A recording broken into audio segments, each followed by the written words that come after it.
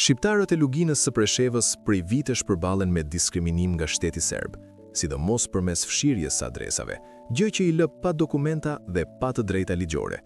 Kjo gjendje diskriminuese i ka shtyrë ata të migrojnë në Kosovë.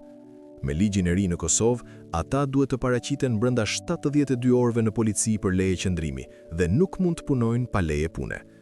Veturat me targa të tyre lejohen të qarkullojnë vetëm deri në 3 muaj dhe autorizimi nuk pranohet. Çdo shkelje mund të sjellë gjob, largim ose ndalim hyrjeje në Kosovë, duke filluar nga 15 marsi 2026.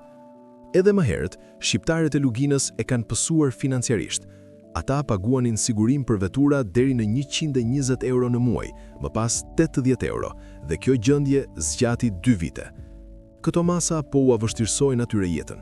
Nëse Kosova nuk e merr parasysh gjendjen e tyre, ata do të detyrohen të migrojnë edhe më larg drejt vendeve të Evropës, në kërkim të një paqeje që nuk e kanë gjetur as 25 vjet pas luftës. Shpërndajeni dhe ndikoni që të merret parasysh gjendja e shqiptarëve të Luginës.